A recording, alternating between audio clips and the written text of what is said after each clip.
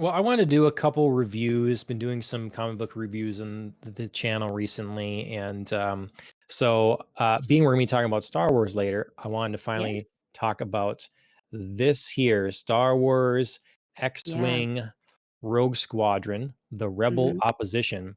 So, Rogue Squadron, they have books. There's some good novels by. I forget, it's Michael Stackpole, I believe is his first name. Stackpole for sure, but anyways, there's comics also written by him. This is a 4-part series, and I only had issue 1, which with Wedge Mm. Antilles on front there. So this is an Mhm. original that I bought when I was a kid back in the early 90s. And Mhm. then I had issue 4, also one that I had back in the early, and this sort of cemented my idea of what what else Star Wars could be. Um, Mhm. where we are talking the other week about Andor and how that kind of show should be the sort of thing made for me, because this is Mhm. really about X-wing pilots, Wedge's squadron he's commanding. They're on different planets and dealing with it's nothing to do with Jedi. It's about the military affairs. It's cleaning up the rest of the Empire and stuff after the fall of the Empire, that kind of thing. So Mhm. that's the time frame we're dealing with. But I finally picked up on eBay the middle 2 issues. So, Nice. yeah. One of them is unfortunately stained, but it's like, I wanted to read it anyways, and so it's fine. But, Did you know that going in yeah, at least? I should have. I didn't read the Okay. listing carefully enough. It was Got my it. Okay. fault. So, but yeah, this is by Stackpole and dialogue by Mike Barron, who's of Punisher fame. Mm. It's as one of the highlights of this series is the dialogue feels legitimate. It's the Mm. military kind of talk amongst the squad feels good, feels natural. The series really doesn't hold your hand moving from one thing to the next, talking about who's kind of the spy involved and everything. The art, especially, I mean, the covers I love. The covers are amazing. Yeah. Star Wars has had some great work for covers in the past under Dark Horse Comics, and these deliver as well. Interiors are I like probably because I grew up with that style, so it's kind of home for me. But yeah, Star Wars, X-wing, Rogue Squadron, Rebel Opposition. I'm really excited to finally complete the story as opposed to reading the beginning issue and the end issue. So that's my bit of Star Wars fix from the last week. Along with finally rolling credits on the video game Star Wars Jedi Fallen Order. So I did Oh, manage to. nice. I had almost nothing left. There's just a little bit, but being out Sure. of practice, the boss battles were tough. So the ending was Sure. very cool, and I was happy to do that. So the other thing I want to review here is it's kind of a two-parter. So we talked about Johnny Phantasm the other week. This is Johnny Yeah. Phantasm. This is the continuation. So this is a really cool cover by, I believe, Kelsey Shannon is his name. I Okay. believe Kelsey. But it's Johnny Phantasm, Devil's Night, 1985. So each one is sort of like a progression of years, so we can deal with like sort of a different time period, different decade or whatever. And Mm. if you recall, I had some issues with the art style in the last one and the Mhm. 1977 one, but I was really engaged by the story. This one, to me, took a bit of like a step back. Art Oh, was similar for me, but I lost what great.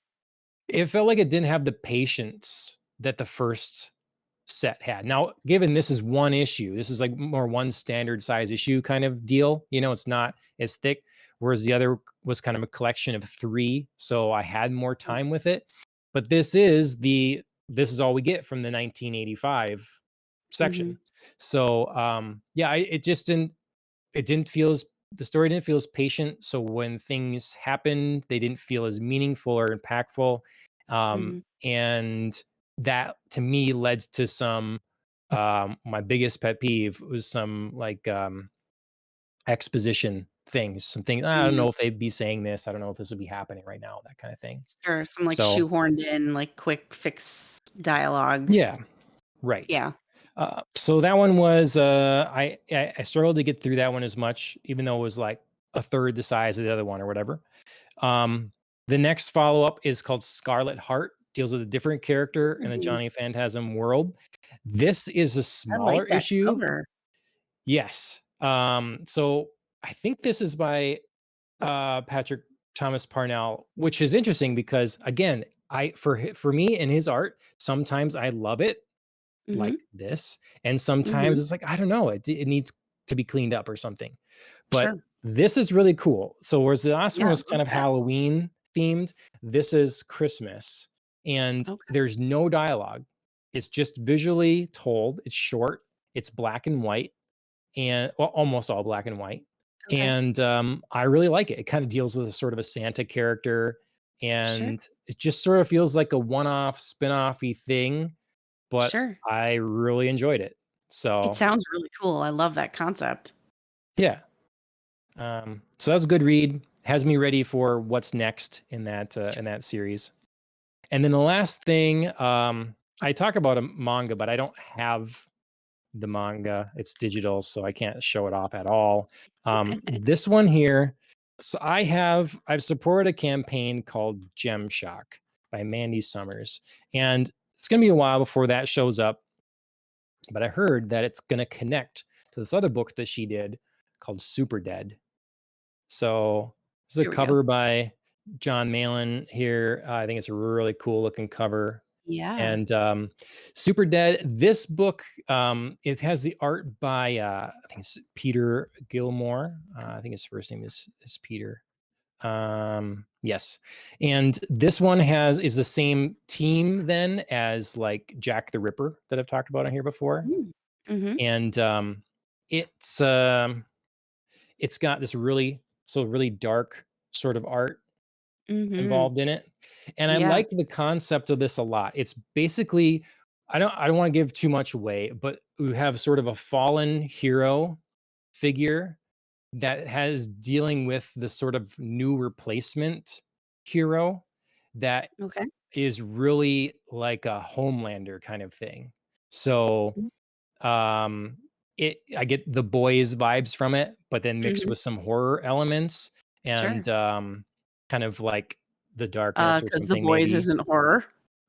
Well, I mean, but it doesn't have that sort of No, I imagery. I know. mean, it's gross, obviously, but yeah. So I liked this a lot. I was surprised. The art from Peter is not as good as it is in his newer Jack the Ripper, but it is still good. And there is some battle sequences that I just really felt like the way it flowed and the characters that were involved. Like no one was really good, but the battle was, I don't know, it was intense, and I'm very interested to see where this goes and how it connects to her new project. So that's Super Dead. Well, cool. Yeah. Sorry, a mile a minute. I'm trying to get through No, no.